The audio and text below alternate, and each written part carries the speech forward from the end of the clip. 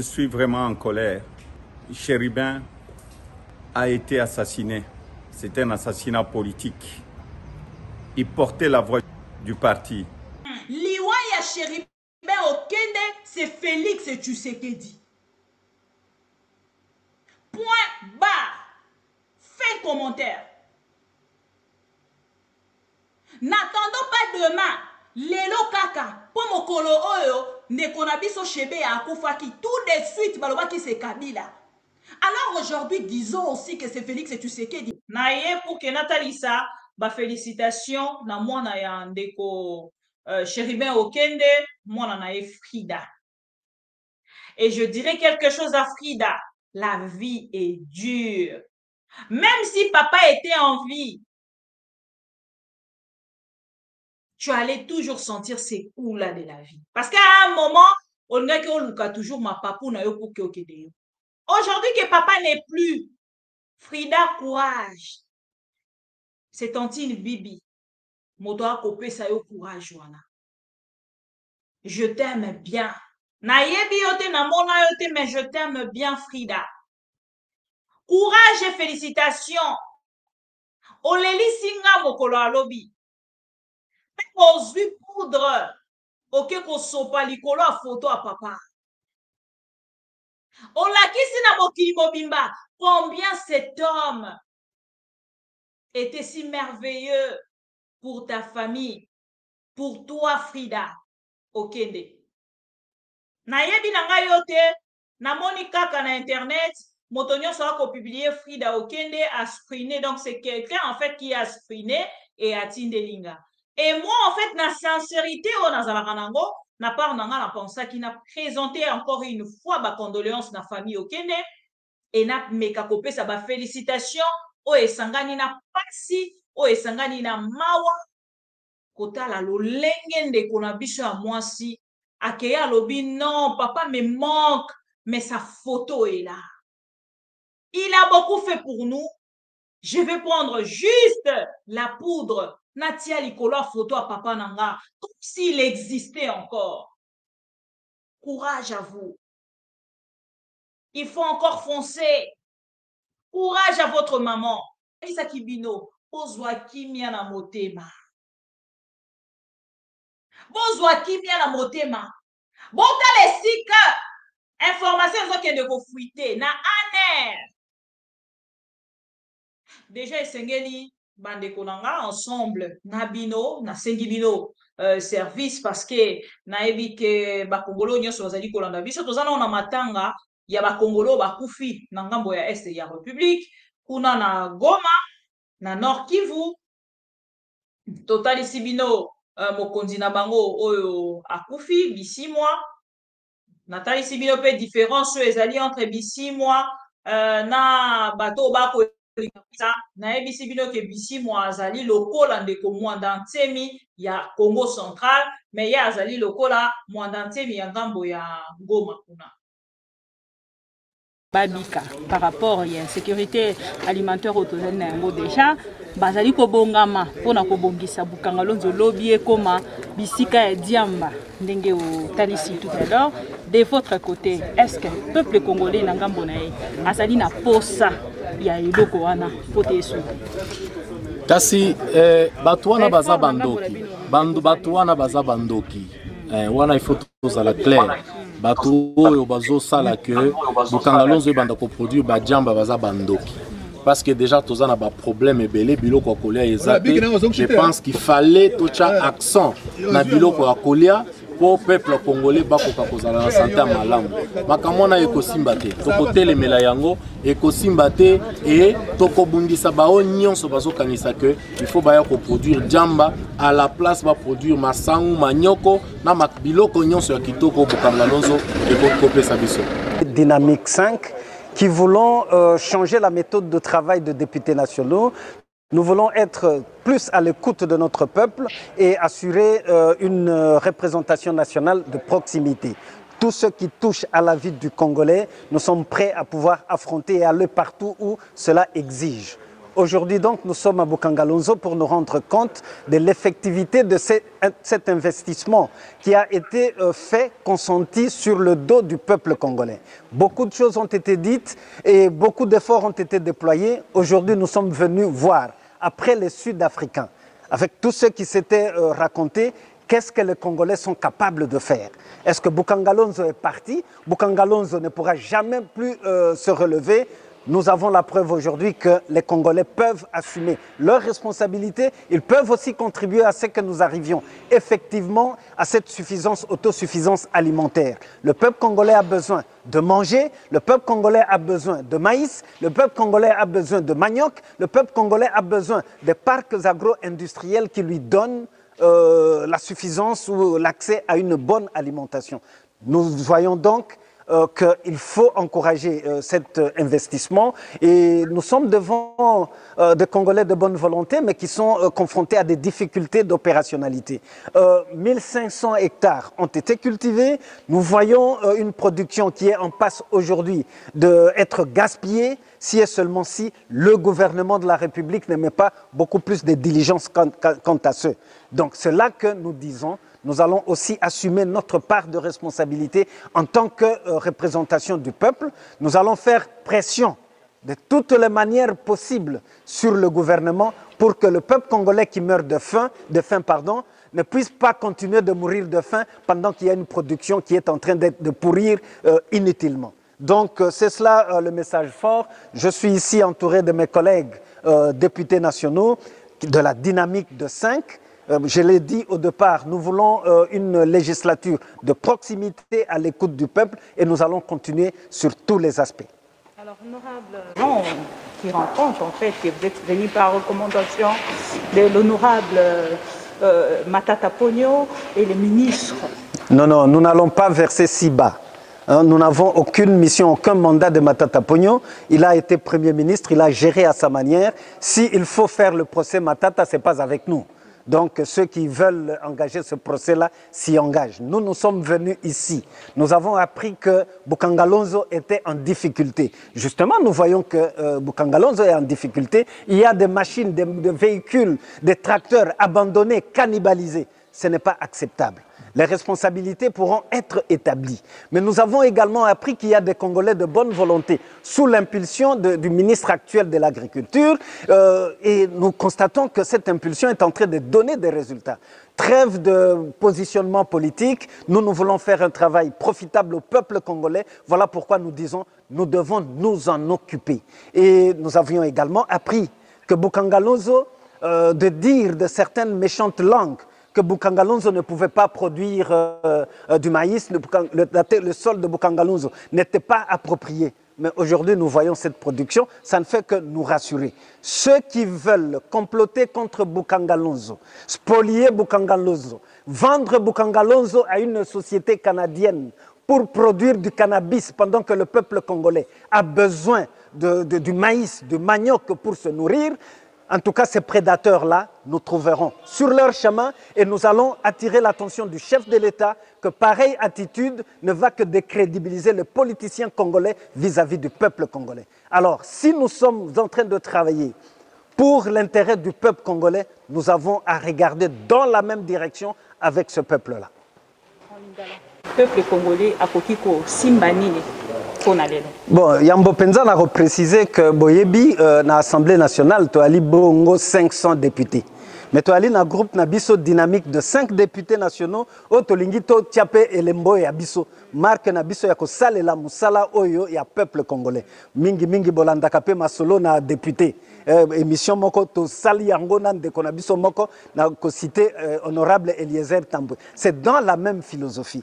Toyoka ki que Bukangalonzo ezalaki na Kokoso. Kokoso ebele misala e osale mamala mutin ba engin oyo somba maki na mbongo ya peuple congolais misusu basi ba cannibaliser yango donc tiango pembeni po misala ya en faveur ya peuple congolais koka ko sale matin toyoka ki pe nungu ke batu misusu bangoto bobo balingi koteka Bukangalonzo na firme moko boye ya ba canadien po ba au lieu tolo na masango tolo na loso tolo na manioc bango balingi balona bangi ya kokende koteka soki wati wana diamba wana ezali na intérêt ya peuple congolais te yango wana tokopesa pe merci na président Christophe Mbonso oyo andimaki koyoka mbela na biso tolobaki esengeli tokita kuna totala mosala nini eyali kosalema na Bukangalonzo bongo toya kosala rapport na plénière apesaki biso ordre de mission en bonne et due forme yango tokontaktaki bakonzi na ministère bakonzi na Bukangalonzo toyebisi bango biso toali baimboka toali basenzeli ya peuple congolais tolingi tokoma kuna soki pe bosala ka msala mabe tokotala yango tokotiango na rapport na biso soki bosala ka msala malamu tokotala pe toyeba pe ko encourager ba congolais o baali kosala msala na ndenge elongo bani lelo toki koloba ya solo motema ekiti tomoni que msala esalami 1500 hectares elonami tomoni pe masango biso nyonso biso moko tokei na bilanga totali mosalo esalami mais kasi na manioc ya 1000 hectares kasi kokoso eyali soki mbula matadi soki gouvernement epesi bango maboko te ya kosala ke masango wana balona yango na période na yango ekobeba pendant que peuple congolais awa na kisasa ka pembeni toali kokufa nzala yango wana mbela na biso ekozala ke mokonzi nyonso oyo ayebi responsabilité na ye po Bukangalonzo ekoka kotelema akoka pe kotia maboko biso tokosala rapport na biso na Assemblée nationale tokotinda mbela na président de la République esengeli ye moko atalela bakongolais nzala esi eluti mingi ndenge nini na effort soki bakongolais batie maboko ndenge nini tokoki koréduire nzala wana ekozala toujours malamu te tozelaka masangu euta na mboka bapaya pendant que biso moko tokoki ko produire masangu na kati ya mboka na biso likamba Bukangalonzo ebandi lelo te honorable nini motivé bino mokolo ya lelo parce que misusu déjà bazali koloba te lelo botamboli tina Bukangalonzo na recommandation ya ndeko Matata Ponyo pe ya monsieur le ministre biso tokota na biso na polémique wana te yambo penza esengeli bato nyonso baye bato ali ba homme d'état toko solo la makambo na ba individu te oyo ali ya solo et que to ali na contact na ndeko Matata te azalaki premier ministre asalaki tango na ye soki bato balingi ko sala procès Matata basala yango na biso te biso to signifier que toyokaki makambo ezali koleka na Bukangalonzo toyokaki que même premier ministre Ilunga Ilunkamba alekaki na Bukangalonzo totandaki pe na bitandoike na ba télévision que ba image ndenge lekaki toyoki pe lisusu que non groupe moko boyo na impulsion ya ministre ya agriculture ya ba congolais bazwi mosala na maboko bazongi kuna Bukangalonzo malgré pasi yo bazali komona na ba agent nyonso basali moi effort pour mosala ekoka kobanda toyaki pe pamba te totalaka bato bazali awa na Bukangalonzo na bakonzi ya mabele tokutanaki na chef Mbwa Mabe a expliqué biso na lisungi bango moko bénédiction o bakolo mabele bazali kopesa na ba congolais po msala ya Bukangalonzo koka kokende liboso ba atu eyali ebele ba sous station ya courant électrique soki ba stabiliser yango ekoki ko alimenter même ville ya Kenge la province du Kwango Mobimba alors pour nanini biso ba congolais toko continuer toujours kozala voilà. Oyo ndeko Mutinga alobaki la république des inconscients pendant que Kolonzamba pesi biso maso ya koloba to sala msala peuple na biso ekoka pe komona libiki na ye mais biso ka obele na makambo na polémique obele kozonga kasima boyebaka que voilà wana bolandi ndeko Cheribien Okende bandeko nyonso bozali connecté bonsoir et bon week-end lelo tozali na bino et voilà na ndenge nayebisaka bino so na manqué 2 jours nazongaka avec pouvoir mosusu makasi mosusu nyonso mosusu donc bandeko nyonso bozali kolanda nga to like vidéo to partager to like vidéo to partager to like vidéo to partager toyebisaki bino bandeko bolandaka biso ke l'affaire Cheribien Okende lolenge nango ya kokendele ezali crime d'état lolenge tomoneli makambo ezali crime IDPS efuti mbongo nango ils sont au pouvoir donc bakoki kosala nyonso balingi bango bakende na kosala ke bato bamona mpenza mbongo na bango bafutaki bambongo mpona basalir bajournaliste bafuti bambongo salir bapolitike me bafutaki bambongo mpona koétablir vérité te. elelo na ngambo na biso baami téléspectateur ya ma mission tv bolandi naza moto ya liboso to na ye kolobela yango nga nayeka kosala commentaire na nga parceke na likambo nga mpe nafingamaki le jour nga na telemi nalobi na bakongole kende okende liwa na ye esengeli totalisa kaka Félix Tshisekedi nani afingaki nga te? Qui m'a pas insulté? Le premier jour on a sali nalobi Chéribin Okende akufi parce que Félix Tshisekedi apesi mitindo. Bandeko nanga nani afingi te? Nani alobaki te? Tala lelo yo bino moko botala vérité nayebisaki bino bozwa kimia na motema, bozwa kimia na motema, botala esika information ezokende kofuite na aner.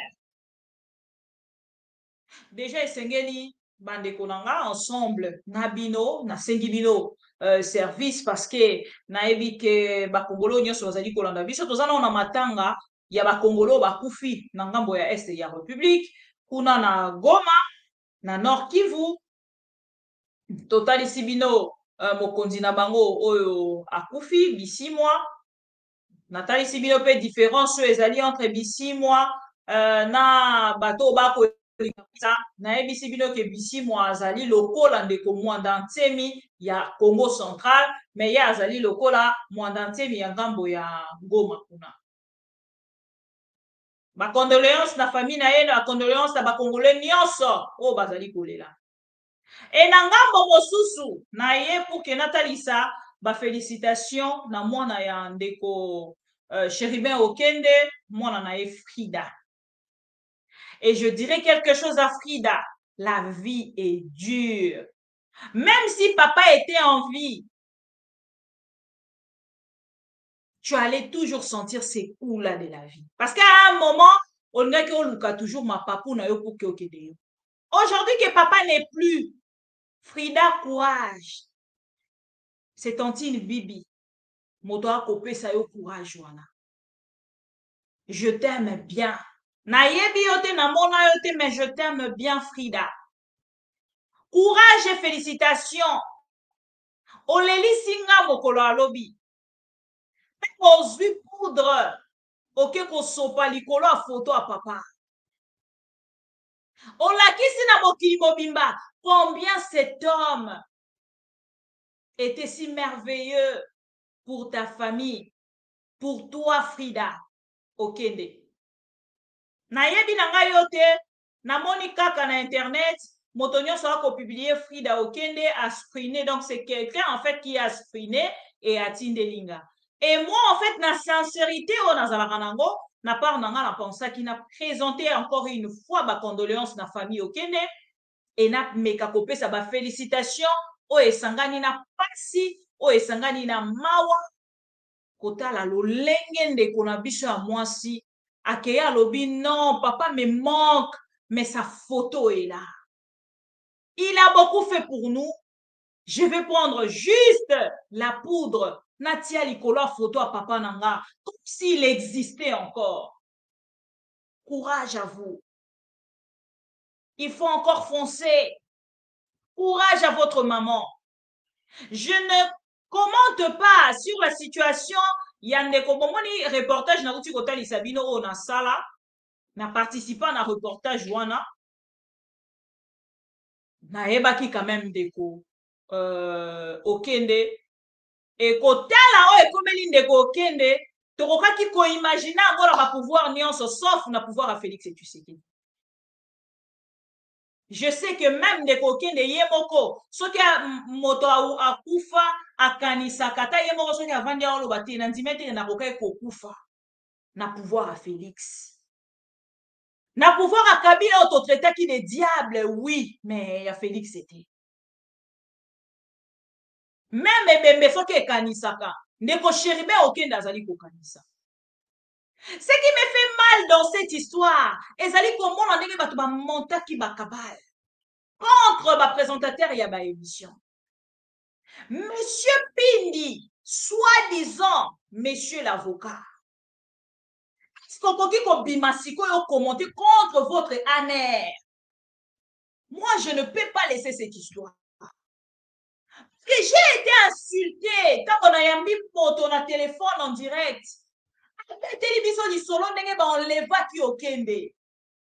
Aujourd'hui, Aner et Kotali Sabiso qui Okende Azala qui enlevé.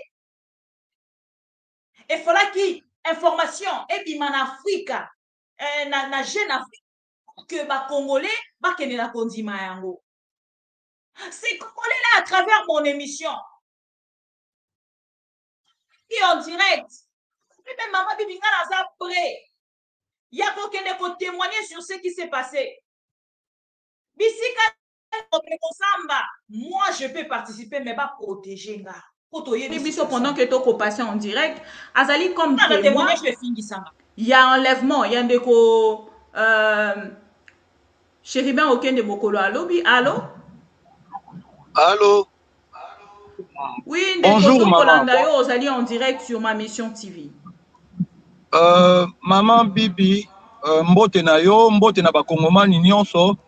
Ya pas chez Kaka parce que soki tozalaki banzambe mais peut-être likambo ekomeli ndeko Chéribin te parce que to assistaki na enlèvement wana ndenge ebandeli nati bakei na moto pe ya kolanda azali te azalaki na cour constitutionnelle ezalaki na après-midi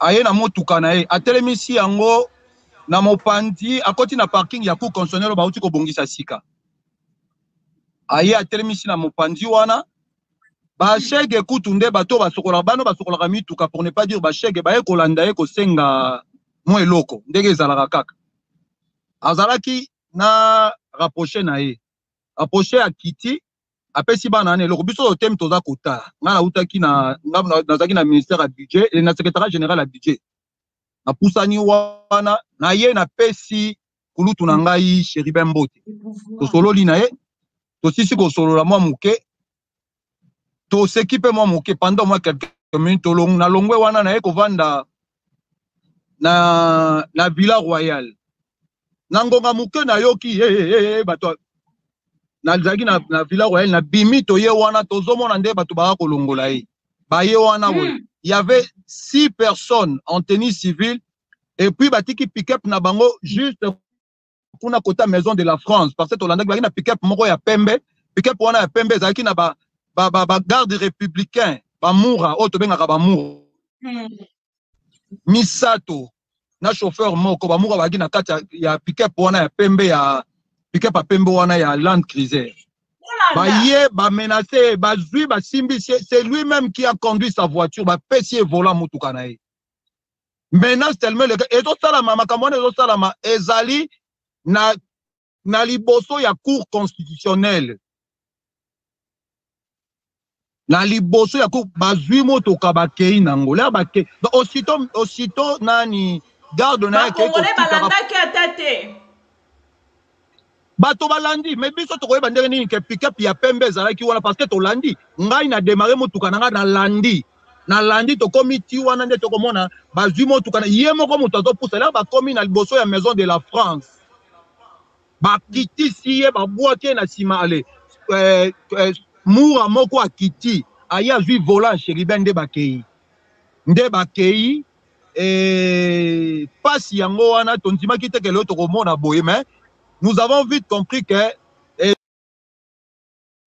voilà bolandi nanga ndeko na biso oyo atémoigna contre likambo etali enlèvement ya ndeko na biso Chéribin okende bandeko nanga je dois vous dire que biso misusu oyo nzambe asala biso na mitiema ya makasi donc ya makasi Niveau na fingama pour na témoignage on a diffusé.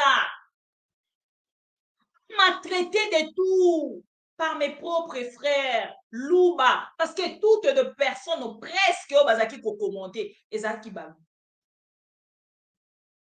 Bande konanga boyoki. Lulenge nini.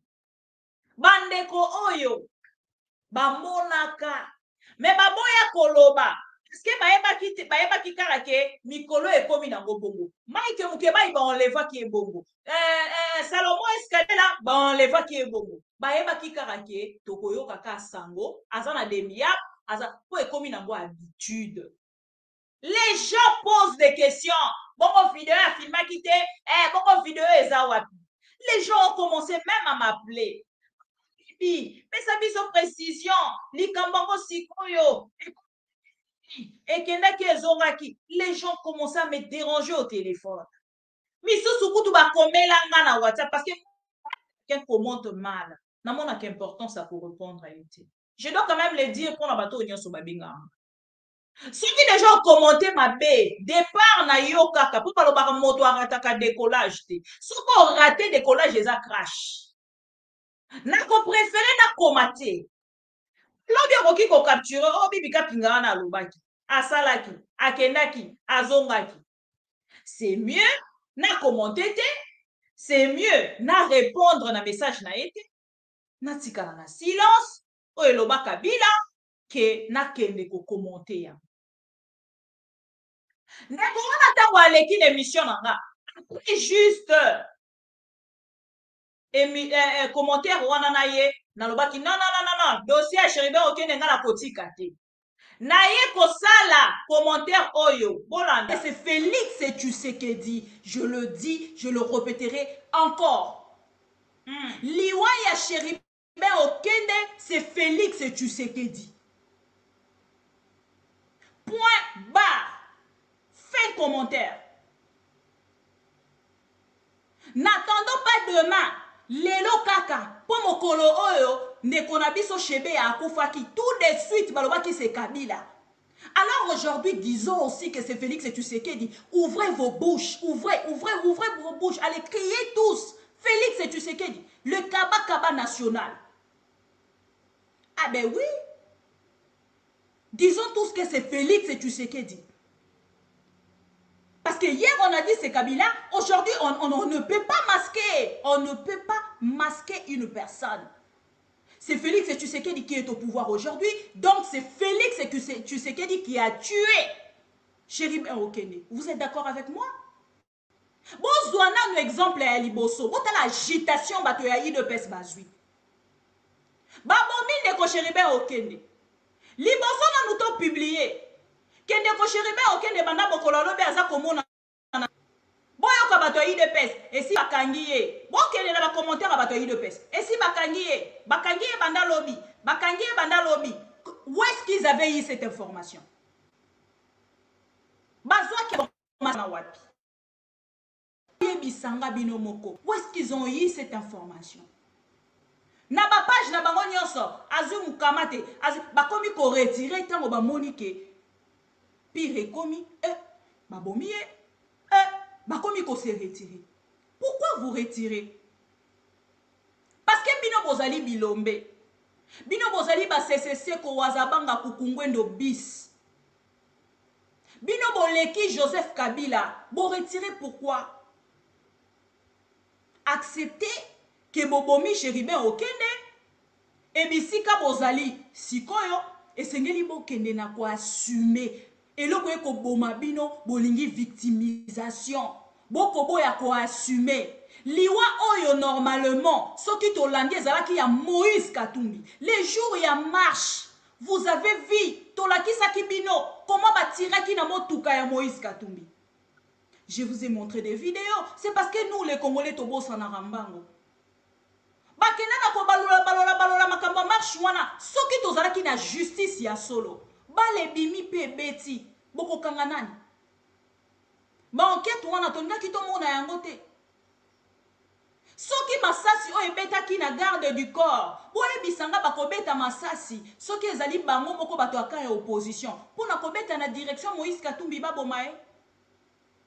Le problème avec l'IDPS, bozoya kokosa, bozoya kosala ba crime ya mabe. Ndenge balobaka ba français balobaka crime parfait ezalaka te, mais oh yabino c'est plus que le mot. Les assassins amateurs. Comment moto bakoki kobengisa na cour constitutionnelle? Akei na constitutionnelle. Et puis bokei na enlever le même jour. Et puis bon enlever na moment nini? Tant garde du corps à se déplacer. Ne bokei na enlever. Pourquoi? Pourquoi? Voilà. Les Congolais ont ba moni événement wana mokolo alobi lolenge. Voilà. Boyoki sikoyo, wana ezalaki commentaire. Je suis fier aujourd'hui. Ya ko commenter lisusu plus que on a lobaki lobby. Pourtant on lobaki en lobby, on nous a traité de tout. Bon ka Jeune Afrique parce que bino bolingaka ba presse a mindele et influence bino pour na complexe wana. Mort de Chéribert Okende en RDC. Le renseignement militaire ont-ils joué un rôle? Wana question. Jeune Afrique a consulté en exclusivité une note de l'Agence nationale des renseignements, sigle, qui retrace les circonstances du meurtre de ses proches de Moïse Katumbi, Chéribin Okende.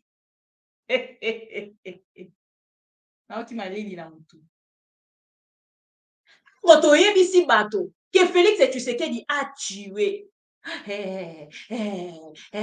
Pindi aleki, va tweet pour désorienter l'opinion. Pour effacer ma trace, ma information, ma cambonion, ezaki koleka. Na yebisi bino na émission oyo. Kei kolimwisa. Voir même bilamba mowe ya lataki. Na yebisaki bino bo pensaka, bo réfléchisaka. Kende na mukozwa réflexion. Ovani no yo moko bandi kotala ana congolais. Procureur général près la cour de cassation. Pour qu'il cause agitation au azui. Pourquoi jusqu'à maintenant? Matikali kobengi ça a été. Que pas attendre yépé. Ah mais pourquoi makambo elekiboy? Pourquoi makambo elekiboy? Mande konanga. Moto moko ta 8 ans wana. Moto moko ta réfléchir dans ses sens. Son rapport avant dakika kabandi koloba elelo tant information une note de l'ANER retrace la circonstance ni ndeko Chéribin Okende akufelina. Est-ce que bokoki kozonga kapesima? Parce que biso misusu soki tokeni quand même na okende kosala eloko omoni ke déranger 2-3 Congolais babengi au moins mingi okozonga na télévision pour koyebisa bango bo excusez-moi soki na lobaki mabe soki na touchaki mitema na bino négativement. Mais pourquoi vous Congolais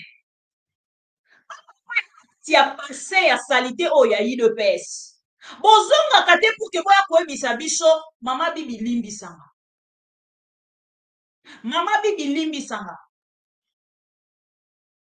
eza important bandeko nanga. Moto aza monene koleka ba Congolais nyonso azate. Moto aza monene koleka ba Congolais nyonso c'est Dieu. Même Félix Tshisekedi a monene bongo te. Lelo sikoyo. Procureur oyo la cour de cassation. Ngai na ngambo nanga. Natalisaki bino ba diplomate balobi moto esengeli bakanga. Esengeli bakanga les criminels numéro 1. Procureur général près la cour de cassation. Nathalie Sakiba Congolais. C'est monsieur, c'est qu'il y a à l'interpeller si réellement nous avons la justice autant qu'on état de droit. État de droit est coquille cause en mon côté. État de droit est sengeli to sentir et encore la moto nyonso. État de droit est on bakangi moto na 2 heures juste na 2h30 ba libérer balobi aza ami du chef de l'état. Là, les gouverneurs, Et pardon, Nathalie Sabino déjà, bah, signe.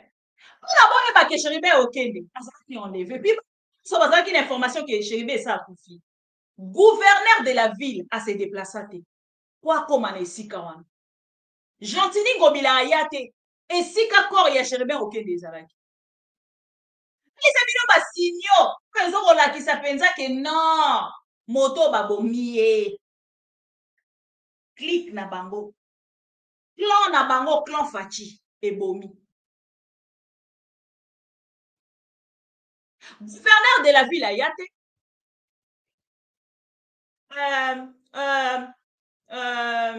Comment il s'appelle encore?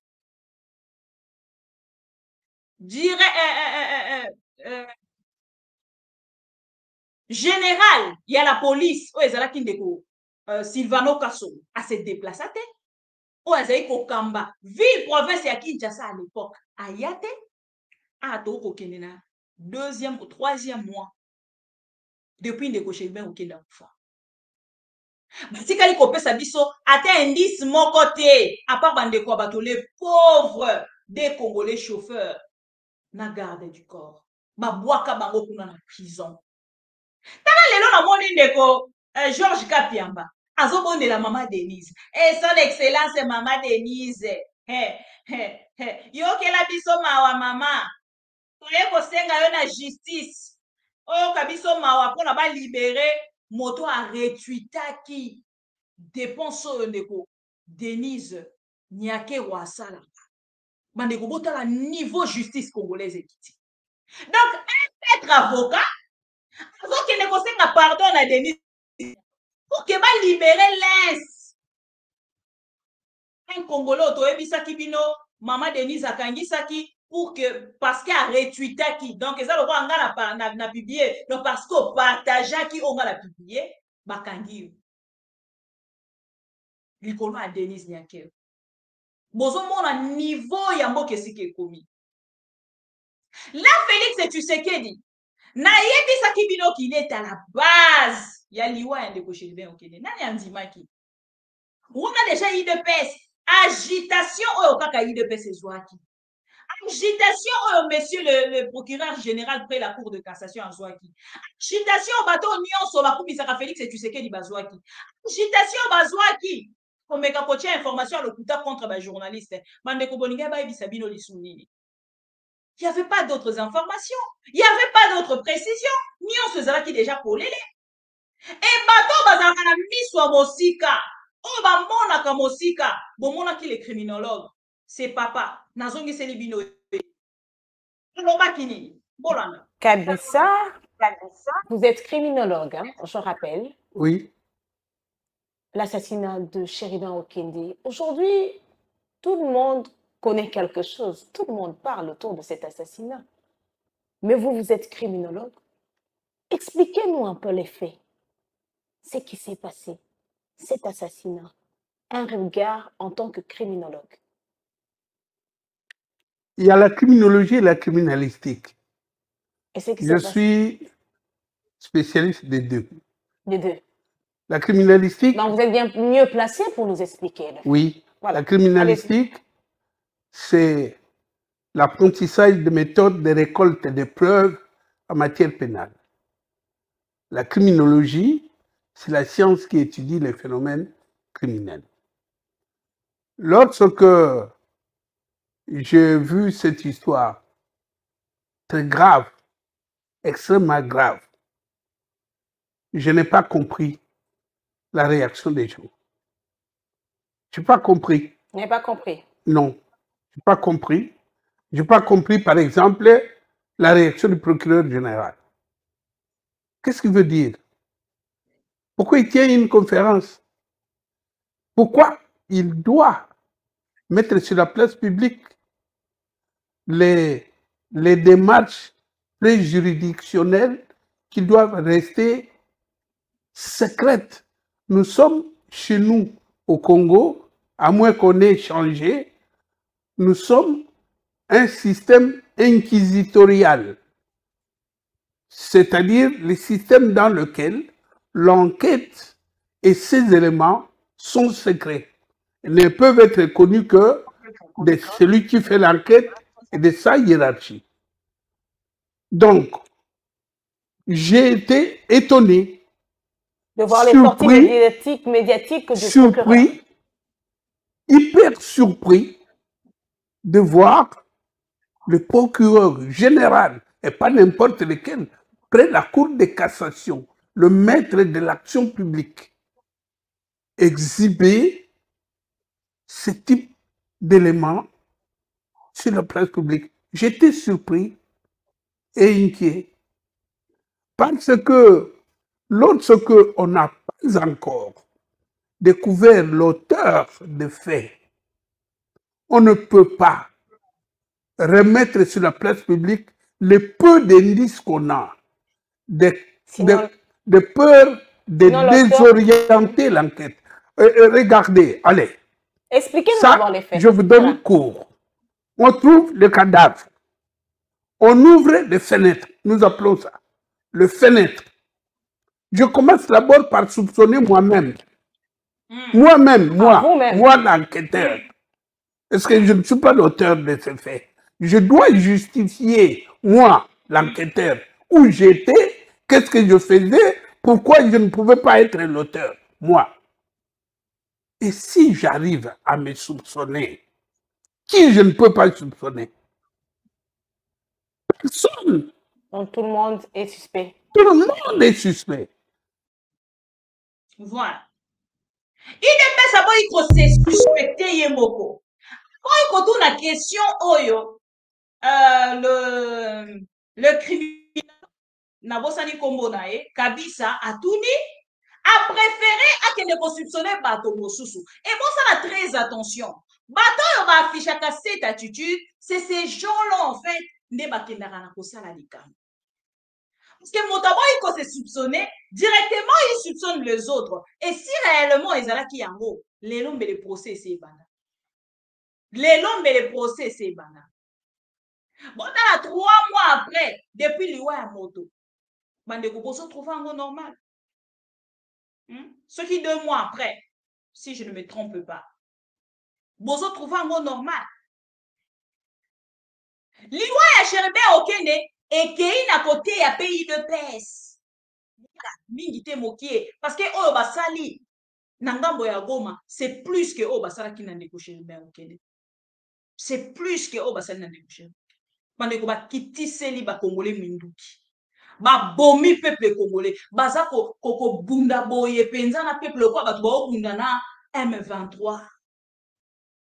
On dirait bato ba ko défendre ma belé. Nga kututi na yo ki bato ba kufi pongo na ko kanteza na Ruchuru. Na ko kaniseza na Bunagana. Tola la boy tola mukao te na Goma bato azaki ko marcher. Bandeko nanga. C'est vrai ça?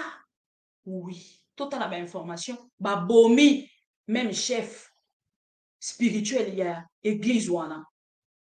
Mystico religieux wana. Et on a kolobana bino. L'affaire Cheribé Okende, bango moko, ne babimi sisiko. Bango moko mayele sili. Bayebi lisusu nini basala te. Bomoni de ko Cheribé Okende azala ki tellement engagé. Et tango Moïse Katumbi. Azui information oyo. Réaction na ye na sepela kana ye. Baka nini boyoka. Et makambo alobaki. Effectivement, ezalaki bon. Politicien nyo sa politicien akoboma te. Tala ndenge IDPS sambwe. À cause ya nini? À cause ya makambo bazali kosala avec un matériel. Bolanda Moïse Katumbi. C'était très grave cette déclaration. Et IDPS sengela ki yeba déjà que moto ndenge a déclaré boye bakotika likambo te.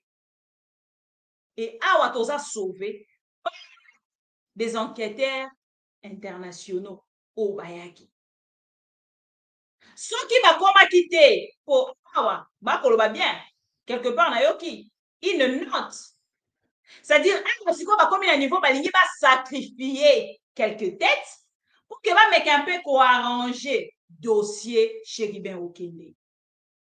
balingi bameke un peu kobongisa dossier yango bachange yango mwa forme et tout ça mpona badossier na bango nyonso baaccusation ezalaka kaka barataka décollage basalaka crash tala ya Salomo Escadela moto abimi atémoigné depuis moto wana abimi atémoigné babandi procès mais baza na précision te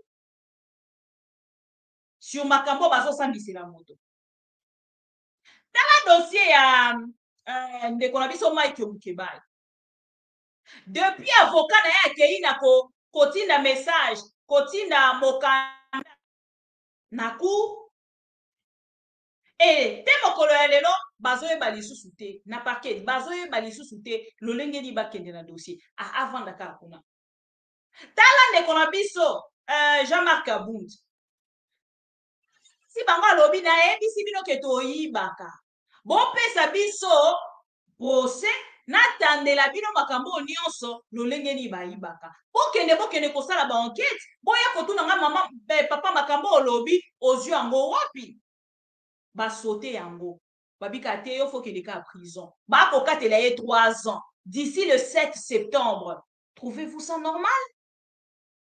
Trouvez-vous ça normal? Botala bino moko lolenge nini makambo ekosali botala bino moko lolenge nini Félix Tshisekedi ase désorienté na pouvoir na ye bakokanisa ngo eza brillant bakokoma na propre na 5 ans ezali boya mpo peuple congolais avandi akozela kaka idps oh idps botune information à Gabon vous aurez la bonne précision de ce que vous êtes en train de faire. Vous aurez la grande même précision de ce que vous faites sur les élections en 2023. Voilà. Voilà Moïse Katumbi. Rompre votre séjour à Abidjan. Je suis vraiment en colère. Chéribin a été assassiné. C'était un assassinat politique. Il portait la voix du parti. On veut nous faire taire. C'est pourquoi je rentre au pays. Nous allons demander une enquête indépendante. Car Chéribin, c'était un homme bien, un père de famille, un homme très pacifique, très loyal. Il a servi son pays. Il a été assassiné sauvagement. C'est triste pour notre pays et surtout pour notre démocratie. Mes condoléances à toute la famille de Chéribin. Je suis en route et je rentre chez nous et bientôt je serai à Kinshasa pour pleurer Chéribin. Voilà. Boyoki ndeko Moïse Katumbi. Akati séjour na ye na Côte d'Ivoire. Azongi na lombango.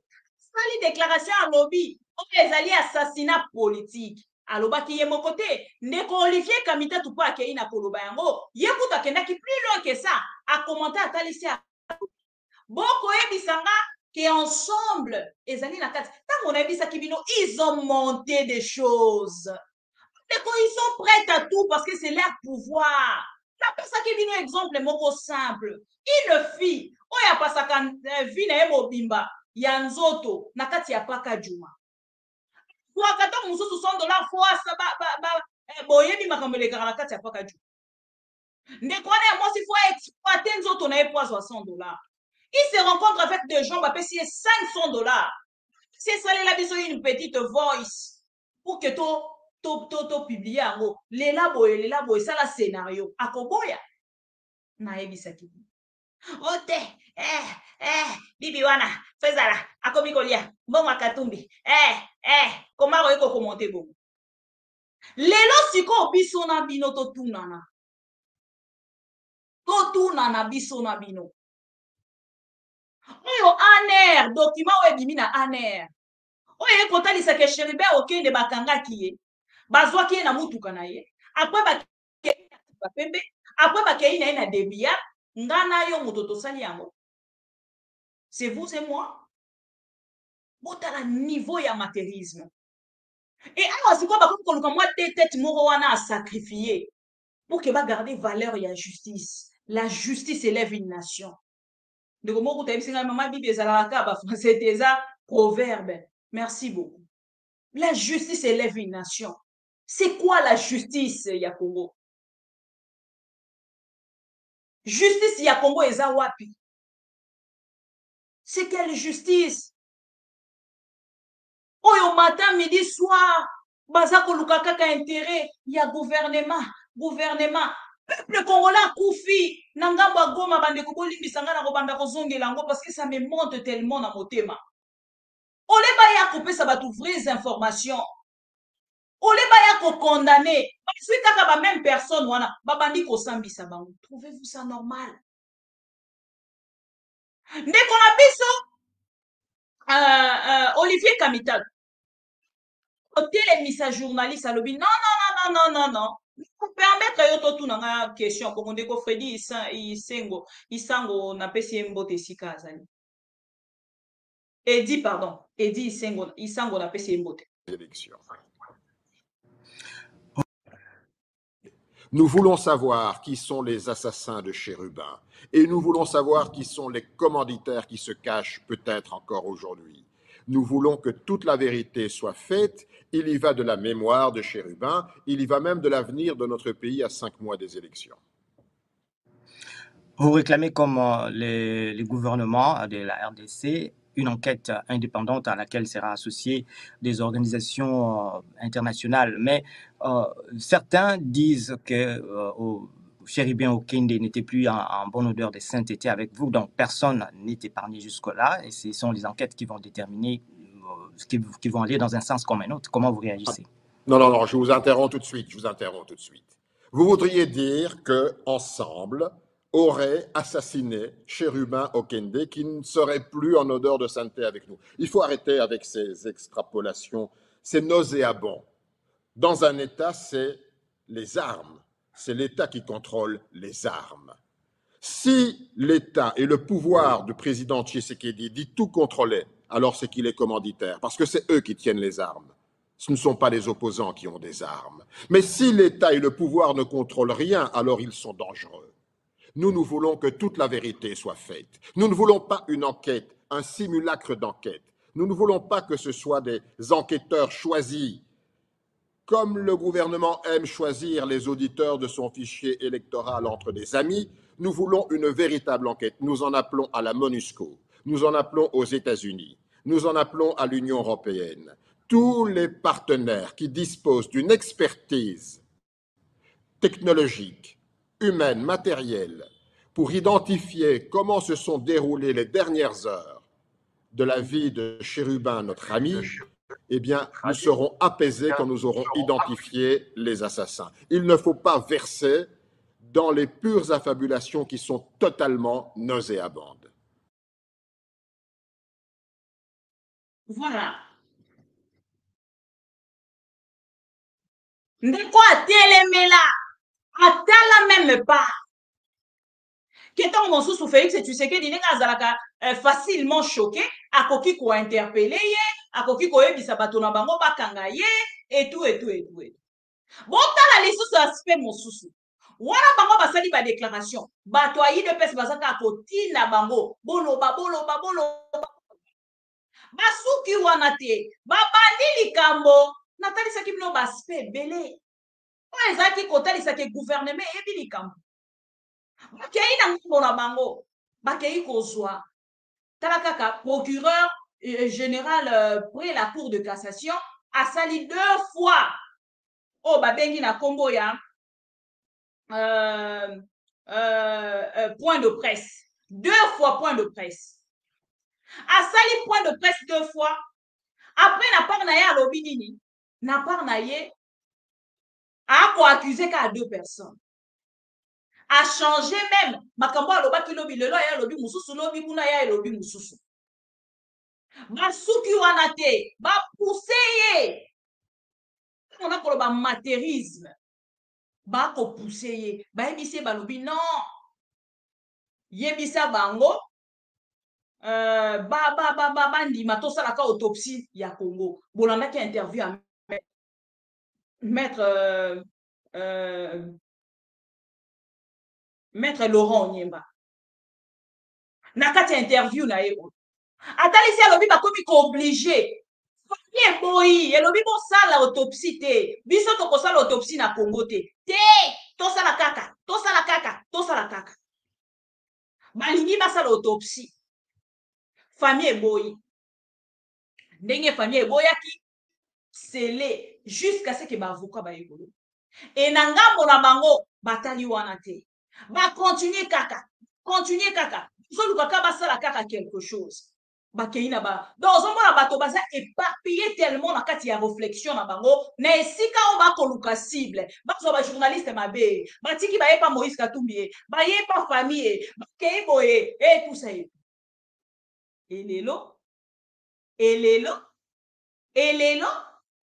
Voilà. Ndeko na biso pero Louara. Telema aloba. Parce que biso ba Congolais tolingo Olanda te. Pendant notre interview, pour un sengo moko a commenter ma négociation okene. Pour na valeur nanga ya mosala nanga ezongi na nzoto nanga.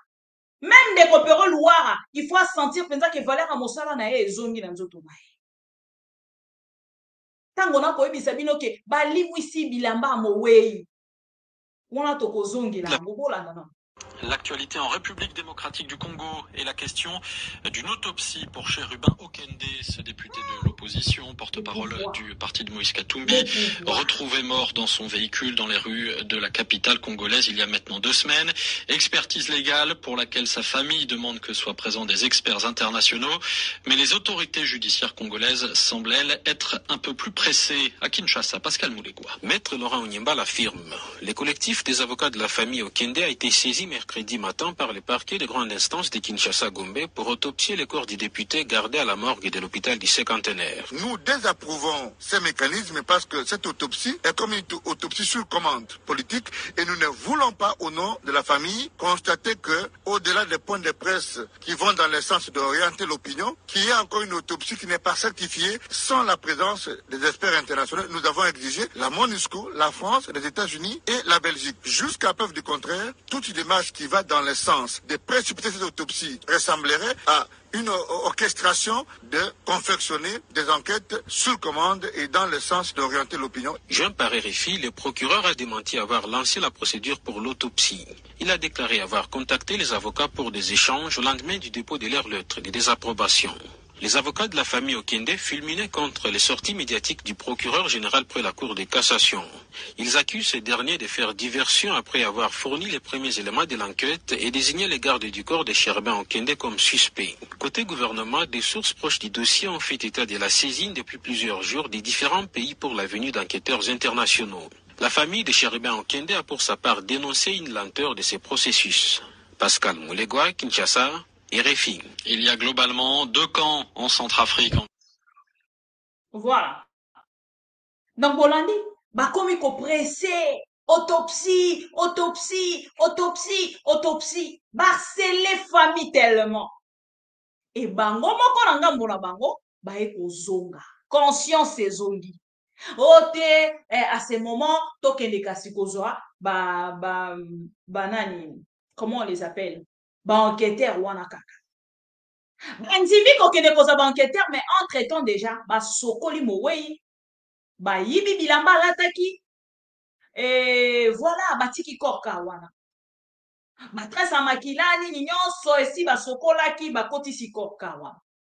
Et na commentaire elandaki, bandeko enquêteur batali si balobi que toza na souci parce que na kati ya biso ekozana na biloko mosusu oyo ekozana. Pourquoi? Parce que basokola kiko motuka basokoli et bilamba bayibi et tout ça biloko wana nyonso. Et lelo ngana zana esengo akomona ke bango moko kaka kuna bakei balobi te tonzima kaka mais il parti kaka. Tango témoignage wana eleke pa nanga ndeko Pero Louara, ndeko poko excusez-moi Pero Louara Peter Tchani. Ndeko Peter Tchani a lobby na ngambo na ye. A témoigné, a enregistré qui garde yandeko na biso Chérubin Okende. Non baza ko inviter ye na kati ya justice pour qu'elle le pourquoi but ezalaki nini ya ko enregistrer garde du corps, pardon, yo kanga garde républicaine, garde du corps, il y a des cochéribins au Kenya. Objectif ezalaki nini? Pourquoi enregistrer qui est? Mais attendez, ce qui est enregistrement oyo ezalaka te. Soki ndeko oyo amonaki kuna na kati ya cour constitutionnelle azalaka te, soki bato mosusu wana mpe na gauche na droite bazwaki information wana te, eske lelo tolingaki tozwa information oyo nyonso toza nango ya ndeko Cherubin Okende, à part le bilobi ya bato ya UDPS contre Moïse Katumbi, wana eza baguerre na bango oyo nga na kotaka te. Balia mbongo ya Moïse Katumbi eza lokola moto nga na finance lobi aye alobi o bibi wana akabaka te. Oh bibi wana boy na boy ngana yana banda ko commenter, jamais na ko commenter te likambo na ye, jamais na ko commenter. Ende kona biso oyo na ngambo na ye aye ko sa nini? Ndeko na biso na ngambo na ye ameki ko enregistrer garde du corps ya ndeko Cherubin Okende. Garde du corps ndeko Cherubin Okende aloba usa nini ozonga na vipe invitation na accusé réception na bimi pe biso bato tosali ba enquête ndeko Cherubin Okende convoqué ngai pona lobby jeudi non nga pe fanzo atana batu nga dona chango na répondre juge que vendredi ne na koya même comme apesa nga 11h 16h aux séances de travail tu es na résidence via sali document na ye abina nga to ko imprimer wapi nga bito ko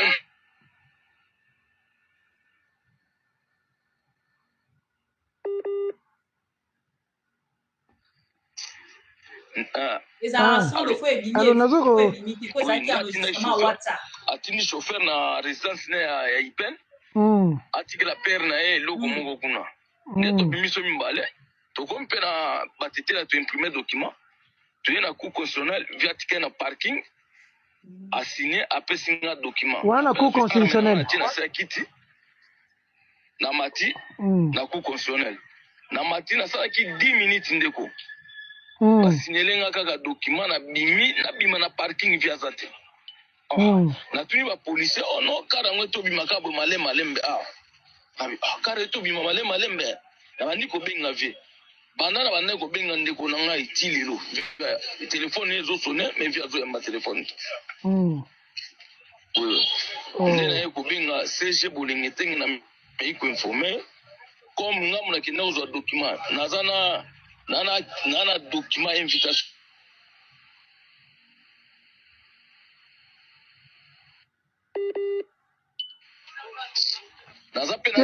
nazo comprendre bapele ezokota pa na yo c'est normal hein faut comprendre bato babengo ebele olobi nabi faut comprendre so bato bazobengo ebele hein bato baza na posa info faut gérer kaka na okata bango kaka yo 600 loba 600 ndena na capturaki invitation na ye wana na réponse invitation na ye o ayi ko o ya cour constitutionnelle donc nde situation lekeli biso wana sikoyo place aza eyebani te nauti kutu sikoyo na te na baservice na biso oyo oyebi na meki rien sikoyo bayebi biso te ke ndenge abimaki na bato bazwi eloko bayebi biso eloko te bango babiseke babisinga kaka anosa manœuvre awa na car bon nga nazo raisonner kozala boye ntango atikaki nga mpo banda oloba kozonga ndako po mapesa nga mbongo moko boye na maboko na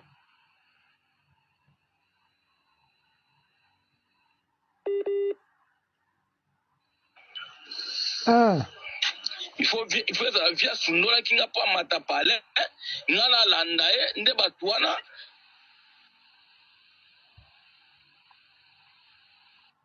batie ya mbiskadi na nzela selonga batie ya mbiskadi nde bazwie na mutuka bakei kotele na kar bake na kar po bake na kar na biloko nyonso na arme na ngai na kati ya kar bake na kitoko mutu na ngai biso tosala boulot tobanda bakosala baalerte pour en sauver vie soki ozwi élément to information obwakeli ngai merci beaucoup kitoko yena ndeko boyoki réaction à nani yandeko Peter Chani. C'est même alobi to sala nyonso pour que to sauver vieux. Mais il dépêche ses yeux en haut et comme tala lelo information siko yangwe bino nyonso boyoki bakei bake kosala félicitation encore une fois na ndeko Peter Chani parce que telemaki on a mis ça kabandeko nga ba journaliste soki omoni likambo belela soki obeleli te ekokomela yo grave parce que na part na bango bakoluka ba multiplier en fait ba fake pour que ba bebisa image na ndeko na biso nani Peter Chani tango atelemi aya gangi concernant o bazaki kokosa mpona ba journaliste ndeko oyo ya mobali oyo alimwa Pinzi akenda wapi boyebisa Pinzi ndeko Eliezer pe parce que dans ces dossiers ndeko Eliezer aloba bomoni penza Chérubin Okende wana boyebi ete botuna nga mutu na yebi ye bomoni est facile pour que baya balongola ye bamemi ye bakei na ye ye avandika lokwa bébé là c'est Eliezer Ntango bandeko nanga nayebi te soki objectif to synonyme ya kokumisa moto ya ko soutenir moto ezali à chaque bêtise pour ya kosala commentaire nayebi te. Même quand il y a de bêtises, même quand c'est la vérité, tu vois vraiment comme ça, mais oui, il faut commenter, c'est la sorcellerie. Ce n'est pas normal. Et félicitations encore une fois, la journaliste qui est Simba qui me tourne de Steve Wemby, Bandekwana Nyonso. Félicitations parce que ceux qui vont qui n'a nerf solide, na moment où Zali Koloba, depuis Ndialinga qui a gagné, un avocat, un braconnier juridique. À télémi à l'objet, il faut balader la journaliste, voilà. Il va les interpréter. Donc, il faut comme il combat justice, na kati ya réseaux sociaux. Il comme il combat justice na réseaux sociaux. Ni en soba comme il ça na réseaux sociaux. Triste regrettable. Il combat son IP à son pe à mawa. Et tant qu'on est Peter Chani à côté élément, au moins il va changer qui directement. Façon à quoi ça la macabre. Va changer qui façon à quoi ça la macabre. Ndekola biso Peter Chani a côté les melabango. Alobi non. Bokoki ko ya koloba ndengwana te. Et puis motonyo so sauf dieni kanina. Il dit que c'est un avocaillon, je ne sais pas, avocaillon, je ne sais pas, on l'a ramassé où. Dire que le journaliste aurait tweeté avant 14h, avant 16h. Bon, nous ne pouvons pas faire des émissions pour répondre à un monsieur de ce niveau. Mais après, je vois un confrère journaliste, Dionys Kanida, sur Télé 50, très suivi, pour confirmer cette information. J'ai des captures d'écran, je peux vous envoyer. J'ai vu des tweets. Eric Wemba parlait de l'alerte des confrères journalistes.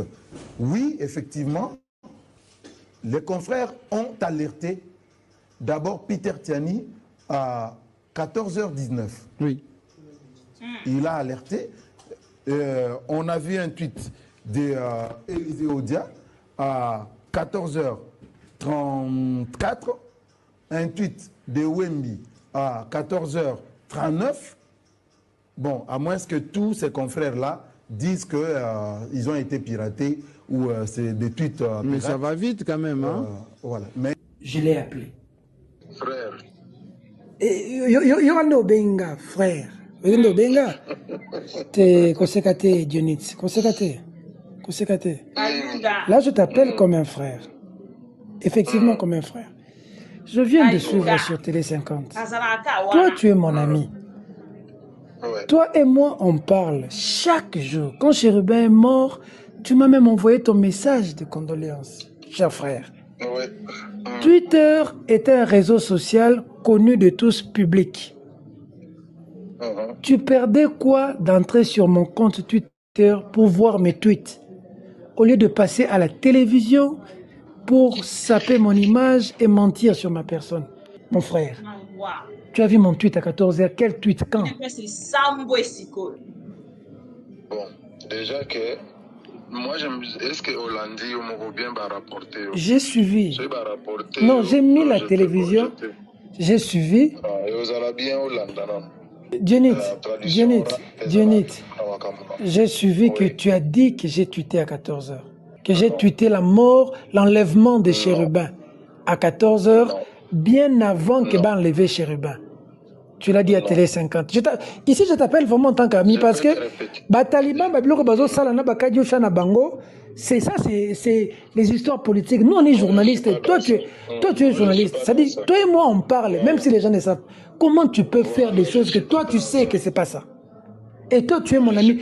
Toi et moi, on parle. Je vais te répéter mon analyse. J'étais dans les hypothèses. Maintenant que vous avez suivi,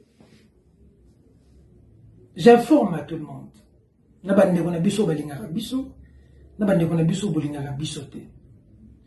Que na Twitter, au ça la tweet na 14h, au corriger na 22h T. Ils ont raté. Twitter, la moto est officielle na Twitter, na bande bleue ba benga. Azaka kana 1 heure du temps pour changer Twitter. Sur la salle on a 14h, 14h05, 14h10, 14h30, si au plus tard 15h sur le coquille, tu as changer Twitter en voilà. Soit tu remets 15h, 2, 3, 4, à quoi changer sur Twitter, on a tiré, soit tu as effacé.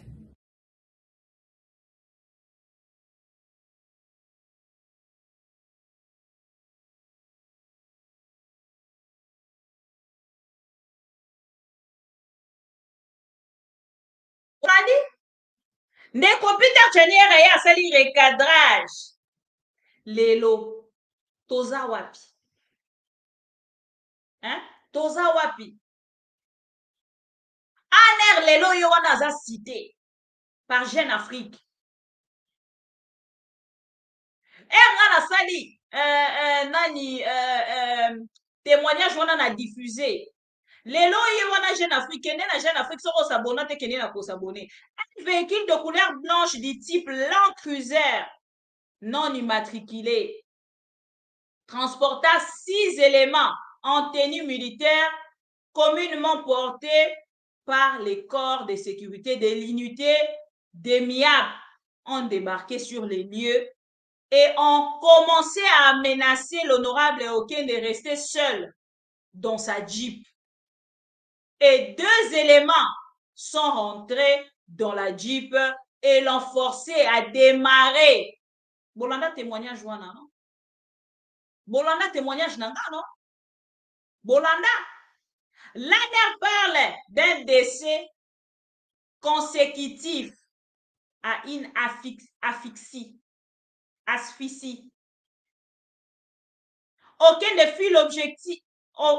fut l'objet de menaces et intimidation. Attitude non acceptée par celui-ci qui a réagi par des injures proférées à l'égard de ses bourreaux. En réaction à son comportement, les éléments qui le menaçaient ont fini par cagouler sa tête par un sachet et ainsi il a trouvé la mort à la suite de l'étouffement. Donc, tu as cette information, tu as ma source. Nous avons aussi nos sources. Otoya cette information. Voilà. Chérubin Okende s'est trouvé à bord du Land Cruiser lorsqu'il a succombé. Il était en train d'être conduit dans les locaux de la DEMIAP, dans la commune de Kitambo. Bozolanda. Seule la Jeep ayant embarqué l'honorable a accédé dans l'enceinte de la cour de la DEMIAP à Kinshasa. Son véhicule n'est pas arrivé à Kitambo. Il était garé ailleurs. Bolandi? Bolandi? Tant que tu as la information, tu as rappelé dans ma source. tozalaka pe na basource. Et basource na biso pe ezalaka fiable. Po na lingaka mosala na nga na lingaka na garder valeur ya mosala na nga. Et voilà maintenant. Bango moko perdu. Bazo eba liso eloko akosala te moke moke. Eza be escalier. Toba ki vérité ya ka escalier. Te kokoma brou. Vérité. Mais censé fusée. Donc on va te de pes. Et komi. Mawa. Toko zela ba information mosusu e kozala somo. Et kozala somo bande konanga. Toko zala à chaque jour pour la commenter. Parce que le mensonge ne peut pas prendre la tête de la République démocratique du Congo. Non. Toko combattre. Et la culture du mensonge est en train de gagner du terrain. On ment comme on réussit au Congo. On ment pour couvrir ses propres inepties. On ment pour couvrir son incompétence et parfois pour justifier son irresponsabilité. On ment. Pourquoi je suis révolté? Parce que le Congo, c'est le pays le plus riche du monde. On ne peut pas laisser une terre aussi riche à un peuple aussi idiot. Ce que c'est un peuple, Bagobo Maliboso et Zabiso. Mindele Baya sur place, Baba Nagotoga Diamango Bango Moko Awa, parce que Batouana Babina Nanu Ndombolo, des idiots. On fait le Ndombolo, la classe politique et ça, Ndombolo.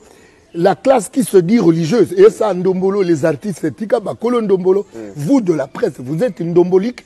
La science est devenue une ndombolo. Tu veux que Jean Goubala a révolté? Tu veux que je vive comme tout le monde? Nazoé Bake Kalaming Telem Souba Oboto Labiso Congo. Kamwaga Rwanda Mutumukewa Mangungu. Ta combien communauté internationale, ta ya Rwanda. Rwanda opena bujama ba ndoge yemoko animisi Rwanda. Rwanda mayele akoningisa Rwanda. Rwanda comment ça na Congo? Vous voulez que Jean Goubala soit tranquille? Qu'est-ce qui ne marche pas? Mais c'est l'idiotie en Ndombolo ya Congolais. Le Congolais pense Ndombolo en politique, en musique, dans l'église, dans la science, et vous dans la presse. Dans ces hauteurs, le Congolais pense Ndombolo. Vous voulez que Jean Goubala soit content? Jean Goubala a proposé Nini par rapport aux Nyonsozo décriés comme fleureuse, aller au gangrener société Nabiso. Mais éliminer Bavis, propulser les valeurs, propulser l'excellence.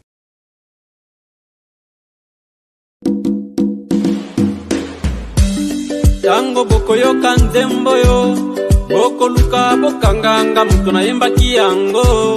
Oh. Meko luka barebele bazokata batumi toujours nuit bozoko kate. Gouvernement de merde, très nul. C'est moi, Moïse Nzanzu Makasi. Peuple congolais, soyons unis. Ennemi azana porte na biso, encore azali na mawate. Soki tomi bateli teo, gouvernement kosunga biso teo. Bazoki pema wana bisote o. Tokoma na Beni Adef Nalu. Bazokoma batuneti basoso. Est-ce que gouvernement bozangi force ya kobondisa bango? Tokoma na Bunia Bakoneko. Bazokatakata ba toujours et nuit. Est-ce que général Luboyo zomona teo? La pays Congo, pas de président, pas de gouvernement, ce sont des voyous, ce sont des imbéciles. Balingi kakaloku mutango population zombo mama na miso na bango. Quelle sorte de gouvernement? Peuple congolais, disons la vérité. Ongande général Kostandima, ongande major Kabila. Na kuzanga soni bozo tourne na bakartie basoda batondeli bino nzoto mobimba. Mais peuple bazo kufa, population bazo kufa jour et nuit.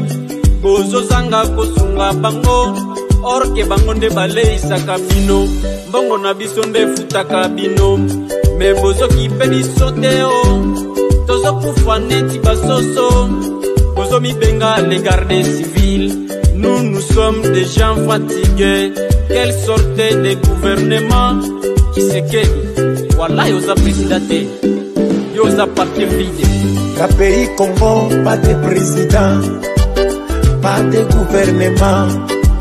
Ce sont des voyous, ce sont des imbéciles. Balingi kakaloku mutango population zoboma mana miso na bango. Quelle sorte de gouvernement? Peuple congolais, disons la vérité. Au moins ata olo Mobutu tunajua lulikuwaka dictateur mais tulikuwaka na amani. Oh, kuliko hichi chi president chivoyu chinavala maveste kila siku china voyage kuomba bamisaada. Or que Congo c'était pays riche, tuko na kufa sawa manyama. Eske munakosa nguvu ya kumaliza marebelio ama muko na nyie mkopo? La pays Congo, pas de président, pas de gouvernement. Ce sont des voyous, ce sont des imbéciles. Balingi kakaloku mutango population zombo mamana misona bango. Quelle sorte de gouvernement? Peuple congolais, disons la vérité. Petit frère propre éloge Mobangé. Bazolo ba tous les jours que nous avons la démocratie. Mais est synonyme à démocratie. Ma fille est divine Makassi. Je sais qu'ils ne me laisseront pas en paix. État de siège, état de piège.